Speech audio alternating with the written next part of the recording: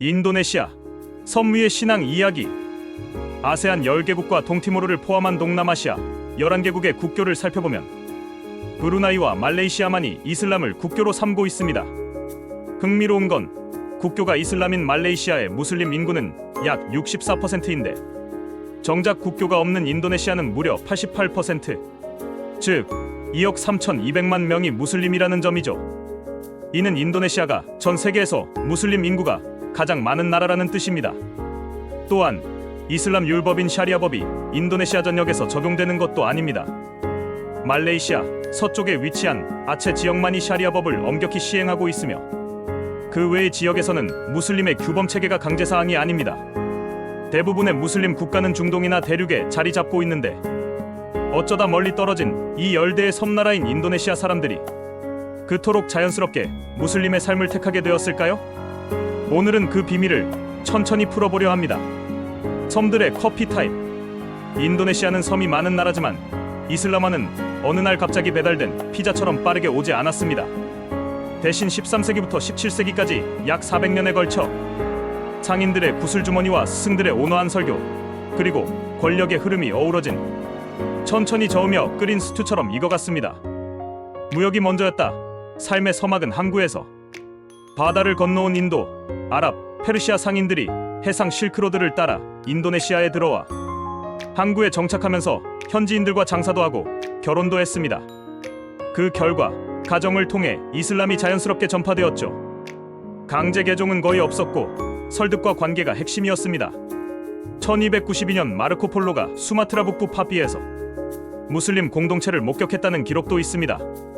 수피와 지역 문화의 댄스, 전통을 밟지 않고 춤췄다. 인도네시아에서 이슬람이 가장 현지화에 성공한 이유는 수피 덕분입니다. 수피들은 신비주의적 전통 속에서 음악, 무용, 설화, 시를 활용하며 토착신앙과 자연스럽게 융합했습니다. 현지인들은 조상에게 바치던 노래가 조금 변했네 하며 거부감 없이 받아들였죠. 그 중심에 바로 왈리 송고 전설이 있습니다. 왈리는 아랍어로 신의 친구 또는 신뢰받는 자를 의미하며 송고는 자바어로 구입니다. 이야기의 출발점은 약 700년 전 왈리 송고라 불린 9명의 이슬람 성자들로 거슬러 올라갑니다. 실제로는 수세대에 걸친 여러 선교사들을 후대 9명으로 요약한 것이랍니다. 그들은 칼이 아닌 대화와 이야기, 그리고 음악과 예술을 통해 이슬람을 전한 사람들로 알려져 있죠. 당시 자바 섬에는 힌두와 불교가 깊게 뿌리내리고 있었습니다. 왈리 송고는 이 전통 문화를 무너뜨리기보다 그 위에 살짝 이슬람의 향을 입히는 방식을 선택했습니다. 이를테면 불교의 연극과 설화 문화를 그대로 유지하면서 거기에 코란의 가르침을 자연스럽게 녹여냈죠. 전도라기보다 리믹스에 가까운 접근이었습니다. 전설에 따르면 그 중에서도 수난 깔리자가는 길거리 예술가 출신으로 서민들과 어울리며 연극과 노래로 이슬람의 메시지를 전했다고 합니다. 그는 사원을 짓기보다 사람의 마음을 먼저 지었죠. 심지어 사람의 마음속에 신이 깃들면 그곳이 곧 사원이다라는 말을 남겼다는 일화도 있습니다. 이쯤 되면 종교 전파가 아니라 문화혁명 수준이죠. 또 다른 인물인 수난 구눈가티는 당시 지역 왕족과 결혼해 정치적으로 이슬람이 뿌리내릴 수 있는 길을 열었다고 전해집니다. 즉, 한쪽은 사랑으로, 한쪽은 예술로 이슬람을 퍼뜨린 셈이죠. 칼이 아니라 노래와 결혼으로 전파된 종교라니 이보다 평화적인 선교가 있을까요? 결국 왈리 송고는 종교적 영웅을 넘어 문화 번역자이자 소통의 달인이었습니다. 그들은 현지의 전통 의식, 춤, 언어, 심지어 건축 양식까지 존중하며 이슬람을 인도네시아식으로 녹여냈습니다. 그 결과 인도네시아의 이슬람은 중동의 그것보다 훨씬 부드럽고 타 종교와의 공존이 가능한 형태로 발전했죠. 오늘날 인도네시아의 이슬람은 믿음은 진지하게, 삶은 유연하게라는 철학을 품고 있습니다. 이게 바로 왈리 송고의 유산이자 세상에서 가장 평화로운 무슬림들이 사는 나라가 된 이유이기도 합니다.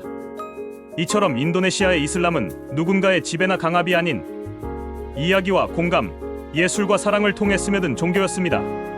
그래서일까요? 그들의 신앙은 진지하지만 그들의 미소는 언제나 여유롭습니다. 마치 이렇게 말하는 듯하죠. 하나님은 위대하시며 웃음조차도 그분의 선물이니까요. 이들은 설교보다 이야기와 예술로 다가갔고 시장과 들판, 왕궁과 마을을 오가며 사람들의 마음을 얻었습니다. 그래서 인도네시아의 이슬람화는 교리의 침투가 아니라 문화의 대화였다고 할 수 있습니다. 결국 왈리 송고는 9명의 성인이라기보다 세대에 걸쳐 이어진 지속적인 문화 운동의 상징이 되었고, 자바의 전통적 정체성과 이슬람 신앙이 하나의 홍합 문화로 자리 잡는데 결정적인 역할을 했습니다. 그 덕분에 자바 지역의 이슬람은 오늘날에도 기독교의 성화처럼 전통 인형극, 민속춤, 시, 설화 속에서 숨쉬고 있죠. 이건 단순한 종교 전파가 아니라 사람과 사람의 대화로 이뤄진 개종의 역사였습니다. 정치와 권력의 리믹스, 왕들과 모스크의 변주곡. 항구에서 태동한 이슬람은 곧 왕조의 중심으로 들어갑니다. 15세기 데마크 술탄국이 그 대표적인 예죠. 이 시기부터 모스크는 단순한 예배소를 넘어 정치와 행정의 중심지가 되었고, 기존의 힌두, 불교 왕국의 세력이 약화될수록 이슬람의 영향력은 커졌습니다. 드막의 대모스크 1479년은 그 상징이었죠. 모스크가 세워지면 정치도 새 옷을 입는다. 네덜란드와의 아이러니, 식민이 이슬람을 키웠다. 1602년 네덜란드 동인도회사가 등장하면서 상황은 역설적으로 바뀌었습니다. 식민 통치는 기존 힌두 왕족들의 권위를 약화시켰고, 대신 이슬람 지도자들이 민중의 중심으로 떠올랐습니다. 아체 전쟁은 단순한 전쟁이 아니라 이슬람의 이름으로 맞선 민족 저항이었습니다. 아이러니하게도 식민지의 억압이 이슬람 공동체의 결속을 더욱 강하게 만들었습니다. 왜 인도네시아 사람들은 자연스럽게 이슬람을 받아들였나? 이 변화에는 6가지 이유가 있습니다. 첫째, 이슬람 상인들이 현지 여성과 결혼하며 가족을 통한 전파가 이루어졌습니다. 둘째, 수피들이 지역 문화에 맞춰 유연하게 선교했습니다. 셋째, 이슬람 네트워크 안에 들어가면 무역이 훨씬 유리했습니다. 넷째, 새로운 술탄국이 등장하며 정치적 기반이 생겼고, 다섯째, 네덜란드 식민 통치로 인한 억압이 종교적 정체성을 강화했습니다. 마지막으로 인도네시아의 이슬람은 획일성을 강요하지 않고 다양성을 품었습니다.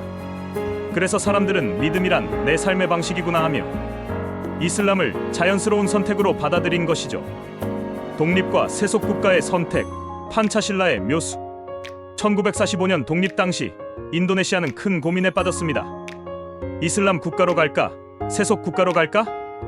결과는 그 중간 지점, 바로 판차실라. 그 중 첫 번째 원칙은 신에 대한 믿음이었지만 국교를 특정하지 않았습니다. 다수는 무슬림이지만 국가는 모든 종교의 공존을 선택한 것이죠. 이 절묘한 균형이 오늘날까지 이어져 세속 공화국이자 세계 최대 무슬림 국가라는 독특한 조합이 완성되었습니다.